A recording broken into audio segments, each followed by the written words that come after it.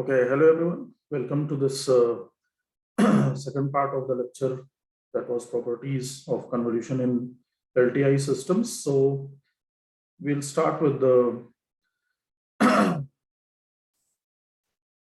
next part of this lecture.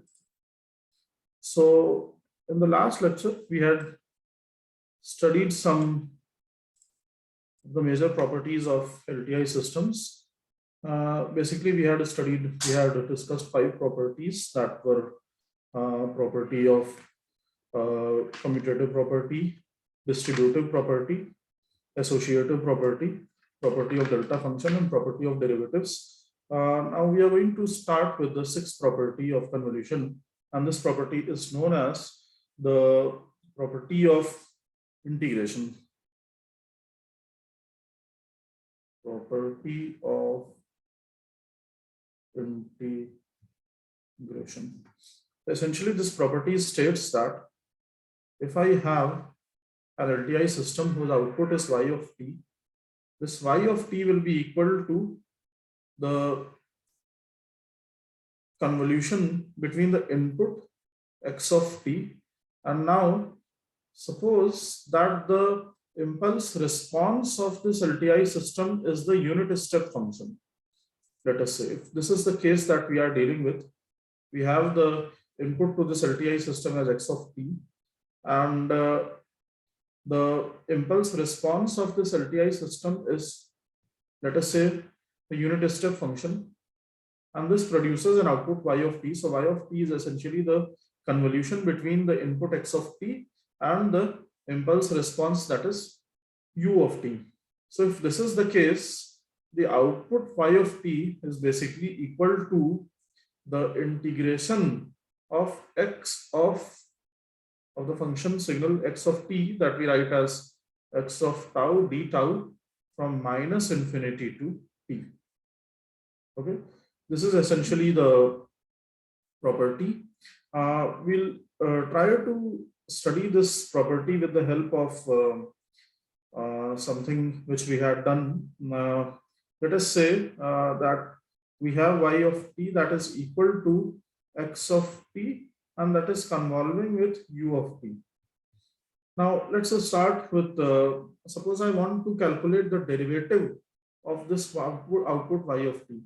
So the derivative of this output y of t d by dt of y of t will be equal to what? You know that we had already studied in the last property that when we want to calculate the derivative of the output y of t, we have to take the derivative of either of these two input signals, that is either of these two signals who are convolving with each other. So we have these two signals who are convolving with each other, that is x of t or u of t. So we need to take the differentiation of either of them. So now we know the unit step signal here.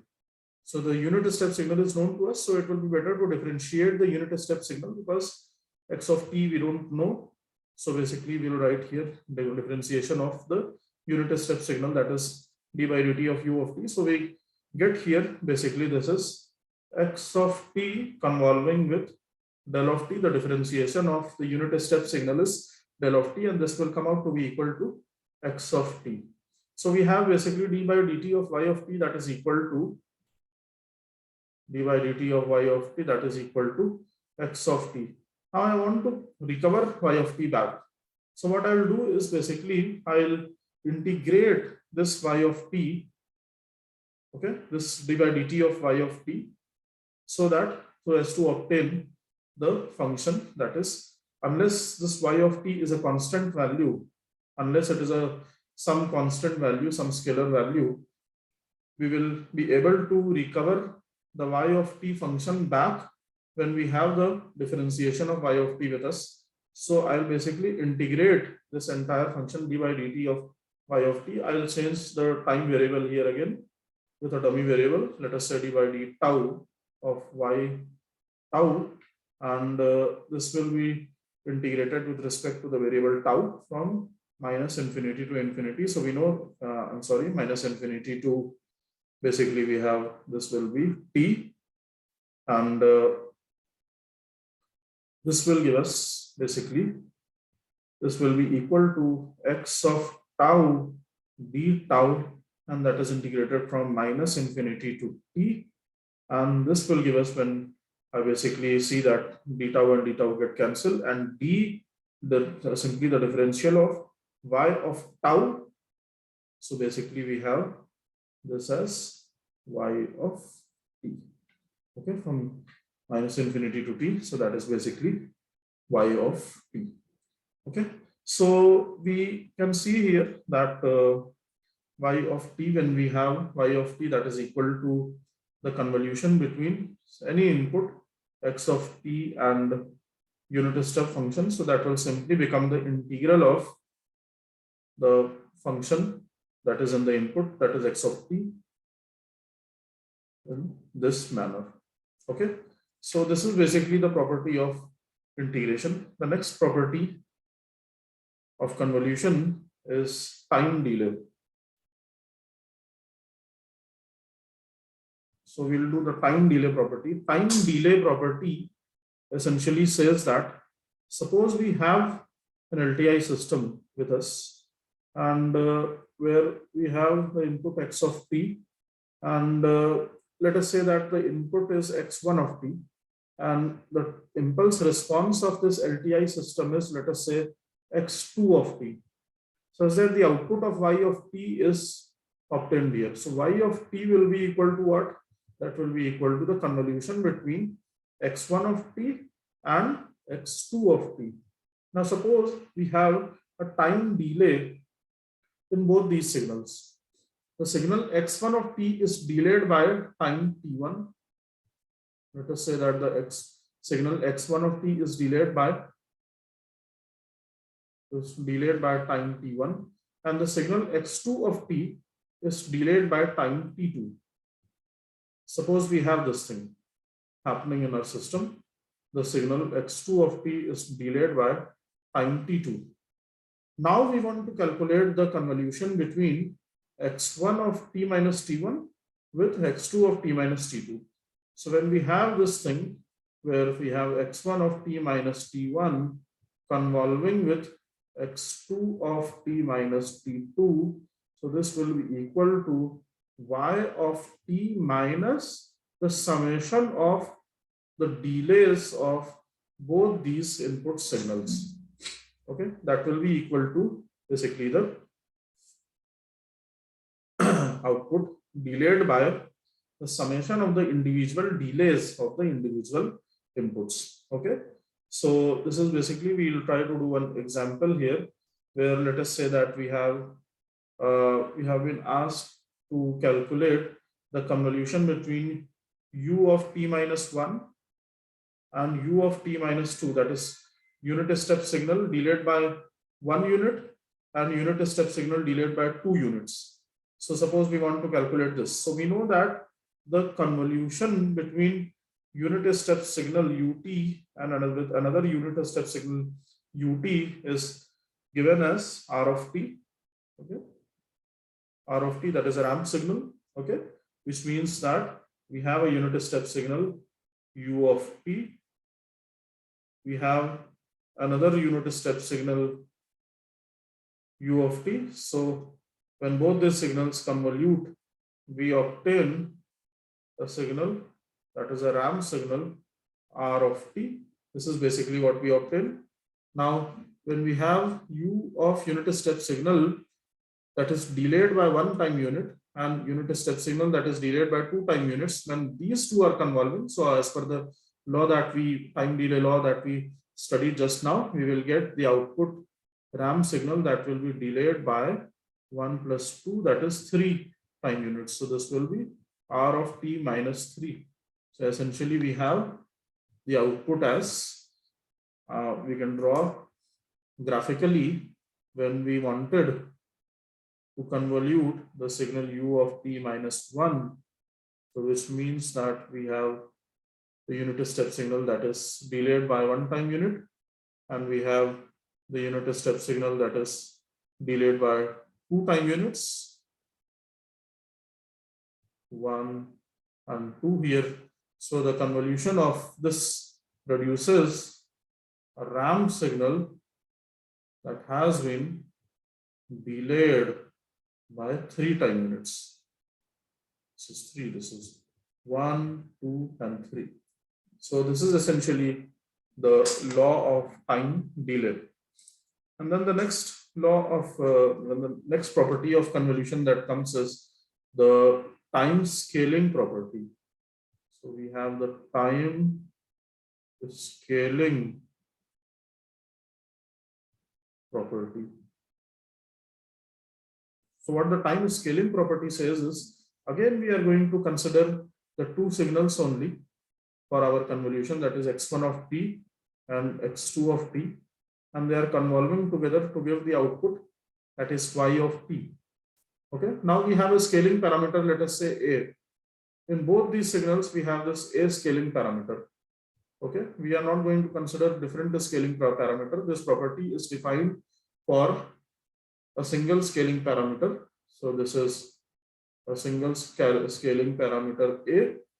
So we have basically our first signal is scaled by the scaling parameter a, and the second signal is also scaled by our scaling parameter a. So the output now will be also be scaled by a, and this will be divided by the modulus over a. So we have an example to understand this property in a better manner, to get more insight on this property. So we have x1 of, let us say, we have, let us say, two functions that are basically t square plus t, and that is convolving with another function that is t. Now we have the convolution between t square plus t and t. This convolution is gives us the output y of t. Suppose we have been asked to calculate what would be the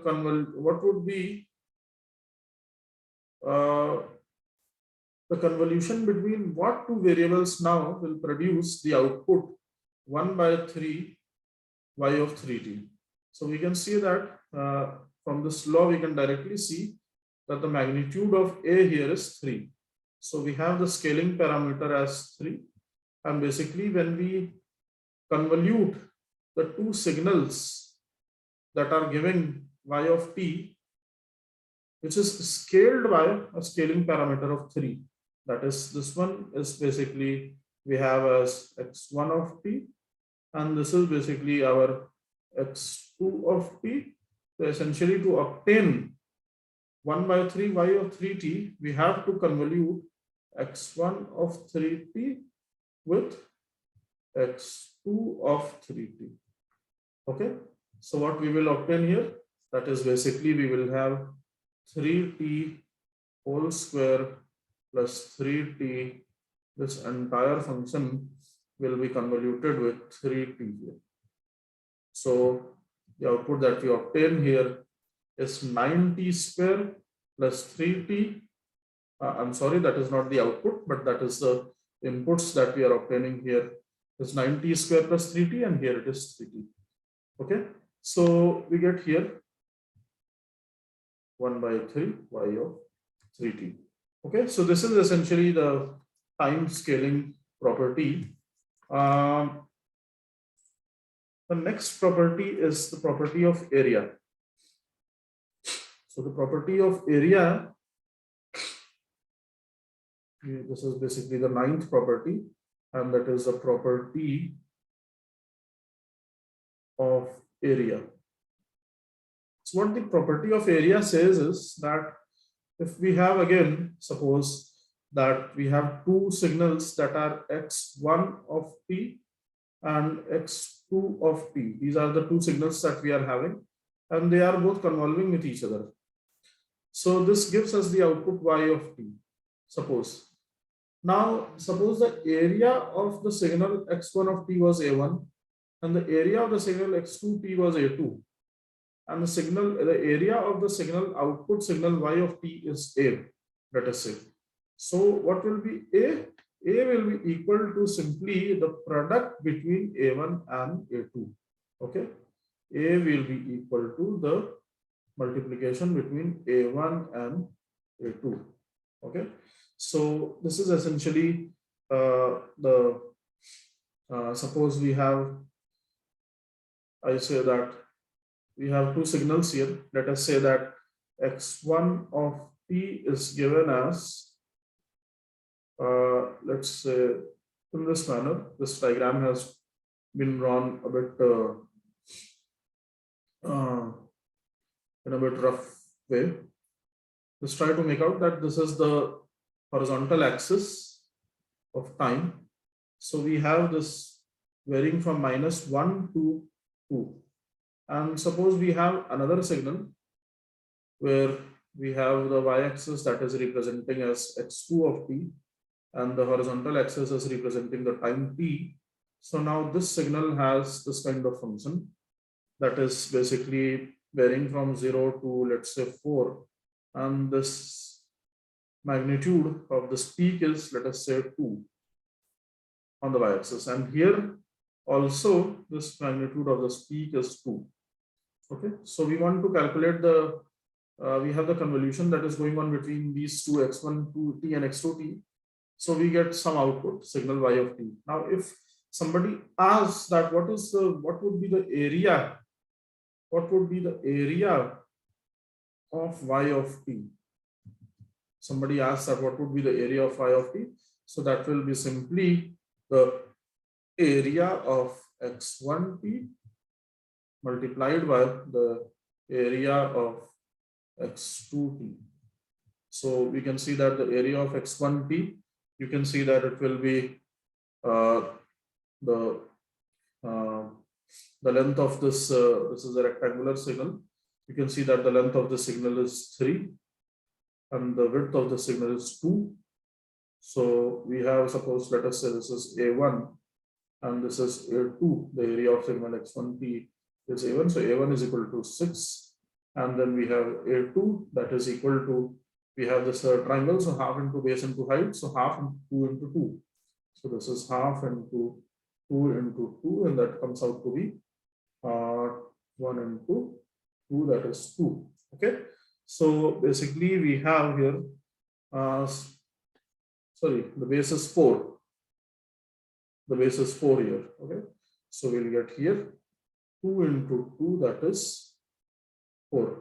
Okay, so the area of the signal y of t will be equal to the multiplication between 6 and 4, and that is equal to 24.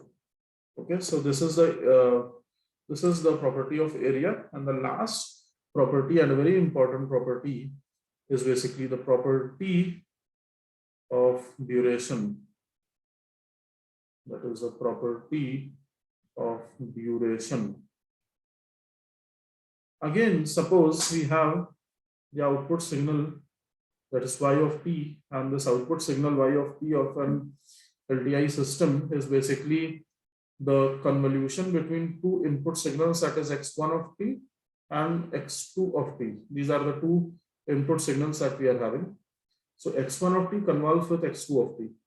Now we know that this x1 of t is essentially varying between the time limits, let's say t1 and t2. Okay, and the second signal x2 of t, that is varying between the time limits, let's say t3 and t4. Okay, like in the previous example, the first signal x1 of t was varying between like in the previous example, the signal x1 of t was varying between -1 and 2, and the second signal was varying between, if you remember, that was between 0 and 4. Okay, that is what we are talking about. So the signal y of t, that is essentially the convolution between x1 and x2 of t, that will be varying between t1 plus t3 and t2 plus t4. That is essentially the property of duration, which means that in this particular example, the output signal y of t would have varied between -1 and 6. Okay, so these are the 10 properties of LTI system. I hope you would have liked the lecture, and I'll keep sharing more videos that are basically on the properties of discrete convolution and the various ways to calculate discrete convolution and other topics in signals and systems communication and wireless communication. So, thank you, everyone.